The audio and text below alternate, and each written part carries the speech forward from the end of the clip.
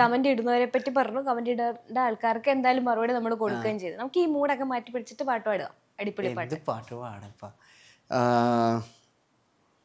Rap song പാടിയല്ലോ. മതി. 3, 1. ഒരു വെടിക്കിരി പറവകളുടെ ചിറകുടിച്ചു ലോകത്തിനൊരു കുല്ലപ്പത്തികത് ഞാൻ കഥ പറഞ്ഞത് മതികിനി വരുമത് തലവിധി പ്രതിവിധി കണപതിക്ക് ഒരു തേങ്ങാകിനി പെരുവഴി അത് പുതുവഴി പതറതും ഇല്ലാത്ത കലവുകളിലൂടെ പടവുകൾ കയറും ഇന്നു ഞാൻ കടമ്പകൾ ചാടും ഇന്നു ഞാൻ ചുവടുകൾ പതറാതെ വെച്ച് പുലി പോൽ കുതിച്ച് പുതു ജീവിതത്തിനാരംഭം ഈ ലോകം എതിര് നിന്നാലും ഇനി തല താഴ്ത്തുകയില്ല ഞാൻ ഈ ജന്മം ജന്മം ജന്മം. ഓക്കെ, ഇത് അല്ല എനിക്ക് റാപ്പ് സ്പീഡ് എന്ന് പറയുമ്പോൾ നമുക്ക് പെട്ടെന്ന് ഓർമ്മയില്ല. അവന് ഫ്രണ്ട്സിനെ പറ്റി ഞാൻ ചോദിച്ചപ്പോഴേ അവൻ എല്ലാവരും ഒരുപോലാണെന്ന് പറഞ്ഞു. പക്ഷെ ഒരു സ്പെഷ്യൽ ഫ്രണ്ടിനെ നമ്മൾ സ്റ്റേജിൽ കണ്ടു. ആ ഫ്രണ്ടിന്റെ പേരെന്താണ്, എന്ത് ചെയ്യുന്നു? മേഘ. അവള് തമിഴ്നാട്ടിലെ NSRM പഠിക്കണേ. അവള് നല്ല ഫ്രണ്ട് എന്റെ, അതായത് എന്താ പറയാ, ക്ലോസ് ടു എൻ്റെ ഏജ് തന്നെയാണ്.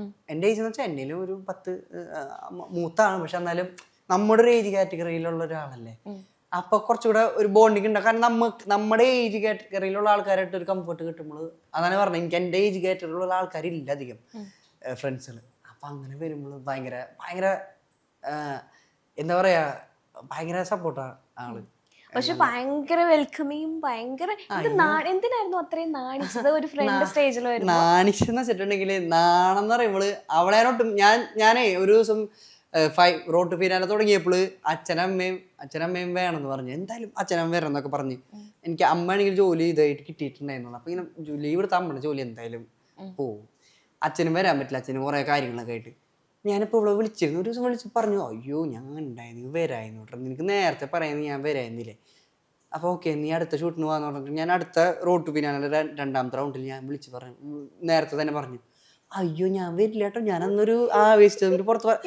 അവള് സംസാരിക്കുമ്പോഴും മലയാളത്തിൽ സംസാരിക്കുന്നത് ഭയങ്കര കോമഡി. അവൾക്ക് Malayalam, she's an NRI. So she's an NRI അല്ല, ഷീസ് ആൻ NRI അല്ലേ, കറക്റ്റ്. Okay, sorry sorry.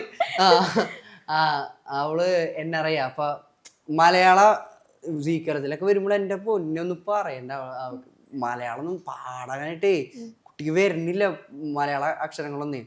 ഇപ്പൊ നല്ലോണം വായിക്കാനൊക്കെ. ഞാൻ ചോദിച്ചത്, നമ്മൾ കണ്ടന്റിന്ന് പോയി, നിങ്ങൾ തമ്മിലുള്ള ഫ്രണ്ട്ഷിപ്പ് എങ്ങനെയായിരുന്നു, എന്താണ് ആ ഫ്രണ്ട്ഷിപ്പ് ബോണ്ട് എന്നുള്ളതാണ്. അത് ரொம்ப നല്ല ബോണ്ട്. എന്തത് അത് എന്നത് എന്നാണ് കേട്ടത്.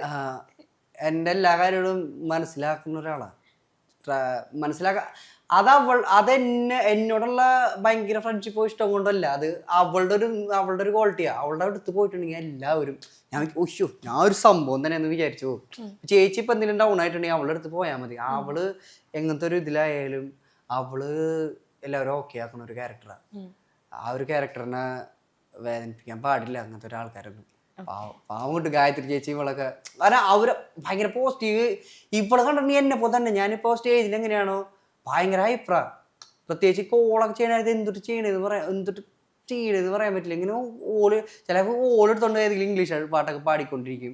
അല്ലെങ്കിൽ നേരിട്ട് കാണുമ്പോൾ ഞങ്ങൾ ഇന്നാള് ചെന്നൈയിൽ വെച്ച് പോയപ്പോൾ ഒരാഴ്ച കുറേ നാൾക്ക് ശേഷം കണ്ടപ്പോൾ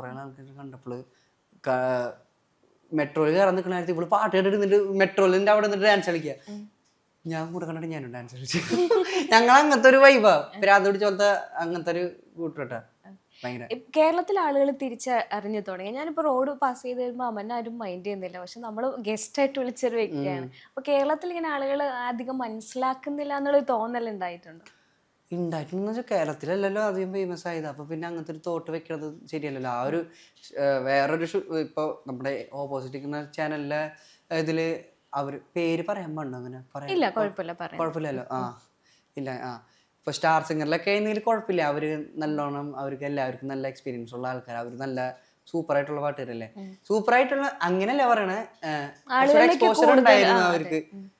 കാരണം നമുക്ക് സിക്ക് കുറച്ച് ലിമിറ്റഡ് ആയിട്ടുള്ള ആക്സസ് ആയിരുന്നു, യൂട്യൂബിലും അങ്ങനെ ഒന്നും ഉണ്ടായിരുന്നില്ല. അപ്പൊ നമുക്ക് ആൾക്കാരെ അറിയാന്നുള്ളത് ഇവിടുത്തെ ഒരു ഇതായിരുന്നു.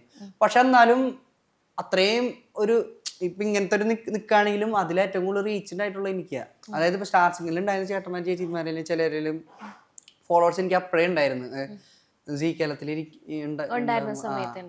അങ്ങനെ.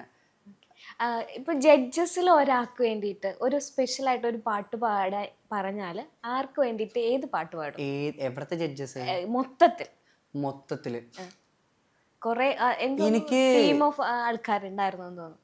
എനിക്ക് പാട്ട് അത് എന്താന്ന് വെച്ചിട്ടുണ്ടെങ്കിൽ ഞാൻ പറയാം. കാർത്തിക് അണ്ണന് വേണ്ടി ഞാൻ പാടാം. വേറൊന്നുമല്ല, കാരണം എനിക്ക് എന്താ പറയുക, ഒറ്റപ്പെട്ട് നിൽക്കുമ്പോഴും നമുക്ക് വിഷമം തോന്നിയപ്പോഴും ഞാൻ കേട്ടിരുന്ന പാട്ടുകളൊക്കെ ആളുടെയായിരുന്നു. പിന്നെ അതിന് ശേഷം മനസ്സിൽ അയ്യോ ആളല്ലേ പാടിയെന്നുള്ള. ഇപ്പോൾ ഒരു നോക്ക് കാണുവാൻ മറ്റേ മിഴിവാതിൽ ചാരും അതൊക്കെ കുറേ കേൾക്കും, ഞാൻ കുറേ കേട്ടിരുന്നു. പിന്നെ മിഴി മൂടി യോസിത്താലും അതൊക്കെ കുറേ ഇങ്ങനെ കേൾക്കുമായിരുന്നു.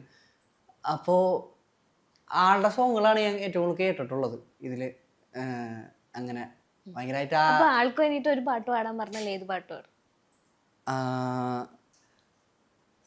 അത് ഞാൻ ഒരു നോക്ക് കാണാൻ തന്നെ പാടാം. അതാണ് ഞാൻ ഏറ്റവും കൂടുതൽ ആളുടെ പാടിയിട്ടുള്ളത്. എനിക്ക് തോന്നുന്നു ലാംഗ്വേജിന്റെ പ്രശ്നം ഇപ്പം തമിഴ് പറയണോ മലയാളം സംസാരിക്കണോ അല്ല, മൊത്തത്തിൽ അങ്ങനെ ഒരു കൺഫ്യൂഷൻ ഉണ്ട്. അവിടെ നിന്ന് വിട്ടു വന്നിട്ടില്ലേ? വിട്ടു വന്നിട്ടില്ല വെച്ചാൽ ഇപ്പോഴവരെ ഞാൻ ചെന്നൈയിൽ തന്നെയാണല്ലോ നിൽക്കണേ ഇപ്പൊ പഠിക്കാനായിട്ട്. അവിടെ ഇതിന് ശേഷം പഠിക്കാനായിട്ട് അവിടെ തന്നെ ചേർന്നേക്കണേ. അപ്പൊ പിന്നെ ഒരവിയല് പരിവായിട്ടാ ഭാഷയും സ്ലാങ്ങും. തൃശ്ശൂർ ഭാഷ സംസാരിച്ചോണ്ടിരിക്കണത് പെട്ടെന്ന് കൊച്ചി സ്ലാങ് വരും, തിരുവനന്തപുരം, പിന്നെ ഒരു മാതിരി ഇങ്ങനെ അവിയല് പരിവായിട്ടിരിക്കുക. നമുക്ക് അമ്മയിലേക്ക് വരുവാണെങ്കിൽ, അമ്മ പെട്ടെന്ന് ഒരു ദിവസം വന്നിട്ട് പാട്ട് പാടി അങ്ങ് വൈറലായി. അത് കേരളത്തിൽ തമിഴ്നാട്ടിലും ഒക്കെ. അപ്പൊ എന്താ അമ്മ വരുമ്പോ ഇങ്ങനെ എന്തെങ്കിലും പാട്ട് പാടുമെന്നോ അല്ലെങ്കിൽ ഇങ്ങനെ വൈറലാവുമെന്നോ എന്തെങ്കിലും പ്രതീക്ഷിച്ചിട്ടുണ്ടായിരുന്നോ? പ്രതീക്ഷ ഉണ്ടായിട്ടുണ്ടെങ്കിൽ അർഹിക്കുന്നുണ്ടാ വൈറലാവണത്. കാരണം എന്താ വെച്ചിട്ടുണ്ടെങ്കിൽ ഇപ്പൊ പ്രസീത ചാലക്കുടി അവരുടെ കൂടെ പ്രസീത ആന്റിയുടെ കൂടെ ട്രൂപ്പിലുണ്ടായിരുന്നവരാ. പക്ഷെ അമ്മക്ക് വേണ്ടത്ര റെക്കഗ്നേഷൻ കിട്ടിയിട്ടില്ല. അമ്മക്ക് ഒരുപാട് വേദികൾ നഷ്ടപ്പെട്ടിട്ടുണ്ട്, ഒരുപാട് അവസരങ്ങൾ നഷ്ടപ്പെട്ടിട്ടുണ്ട് സിനിമയിലത്തെ പാട്ടിലായാലും. അപ്പൊ പിന്നെ ഇപ്പൊ ആൾക്കാർ ഇപ്പൊ പലതും പറയും. ഇപ്പൊ പ്രസീതര റൂട്ട് പിടിക്കാണോ അങ്ങനെയൊക്കെ പറഞ്ഞിട്ട്. അങ്ങനൊന്നുമില്ല, രണ്ടുപേരായിട്ട് രീതിയിൽ നടക്കുന്നു. അവര് കുടുംബം നോക്കാനല്ലേ ഇതൊക്കെ ചെയ്യണേ. അമ്മയ്ക്ക് ഒരുപാട് അമ്മയ്ക്ക് അച്ഛനും കുറേ അവസരങ്ങൾ നഷ്ടപ്പെട്ടിട്ടുണ്ട് അങ്ങനെ. അപ്പോൾ പിന്നെ ഇവിടെ വന്നിട്ട് അമ്മയ്ക്ക് ഭയങ്കരമായിട്ട് പ്രതീക്ഷയിലും അധികം തമിഴ്നാട്ടുകാര് അങ്ങനത്തെ ഒരു പ്രത്യേകത കണ്ടിട്ടുള്ളതാ. നമ്മളവര് ഇഷ്ടപ്പെട്ടിട്ടുണ്ടെങ്കിൽ ഭയങ്കരമായിട്ട് നമ്മളെ എന്താ പറയാ, ഭയങ്കരമായിട്ട് നമ്മളെ കൊണ്ടാടുന്നു അല്ലേ? കൊണ്ടാടും. അതെ, അങ്ങനെ നമ്മളെ ആഘോഷിക്കും, നമ്മളെ ഭയങ്കരമായിട്ട് സെലിബ്രേറ്റ് ചെയ്യുക അവര്. അങ്ങനത്തെ ഒരു ഇതാണ്. തമിഴ്നാട്ടിലൊക്കെ ഭയങ്കര ഇതായിരുന്നു. എന്നെ എടുത്ത് പറയുമ്പോൾ, എന്നെ അടുത്ത് വരുമ്പോൾ അമ്മനെ കുറിച്ച് എപ്പോഴും ചോദിക്കും. അമ്മനെ ചോദിച്ചിട്ട് എൻ്റെ ആരെങ്കിലും ചോദിക്കുള്ളൂ അവർ. അങ്ങനത്തെ ഒരു ലെവലില്